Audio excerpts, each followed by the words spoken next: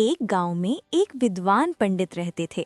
उन्हें वेदों और शास्त्रों का गहन ज्ञान था, परंतु जीवन ने उन्हें धन संपत्ति नहीं दी थी।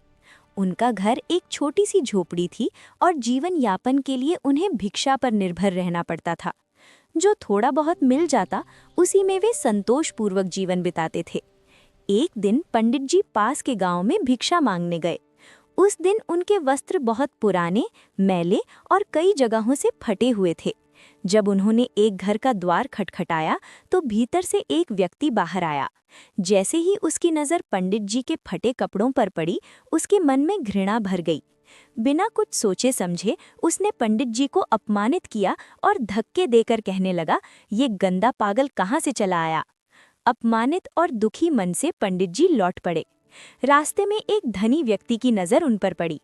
उसके हृदय में करुणा जागी और उसने पंडित जी को आदरपूर्वक नए साफ कपड़े पहनने के लिए दे दिए।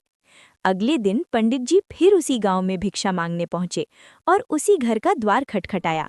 इस बार वे नए वस्त्रों में सुसज्जित थे। घर के मालिक ने जैसे ही उन्हें देखा, तुरंत हाथ जोड़ लिए, बड़े आदर से अंदर बुलाया और स्वादिष्ट व्यंजनों से भरी थाली उनके सामने रख दी। पंडित जी ने आश्चर्यजनक रूप से एक भी कौर मुंह में नहीं डाला। वे धीरे धीरे सारा भोजन अपने कपड़ों पर डालने लगे और बोले, खा लो और खा लो। ये देखकर वो व्यक्ति चकित रह गया और बोला, पंडित जी, आप ये क्या कर रहे हैं? भोजन कपड़ों पर क्यों डाल रहे हैं? पंडित जी शांत स्वर में बोले, क्योंकि ये भोजन मुझे नहीं, मेरे कपड़ों को दिया गया है। कल जब मैं मैले वस्त्रों में आया था, तब तुमने मुझे धक्के देकर निकाल दिया। आज नए कपड़ों में देखकर तुमने आदर और भोजन दिया। स्पष्ट है कि तुम्हारा सम्मान व्यक्ति को नहीं, उसके पहनावे को था। ये सुनते ही उस व्यक्ति का सिर शर्म से झुक गया। उसे अपनी भूल का गहरा पश्चाताप हुआ। मित्रों, इस कहानी से हमें ये शिक्षा मिलती है कि मनुष्य की पहचान उसके चरित्र, ज्ञान और कर्मों से होती है, न कि उसके कपड़ों से।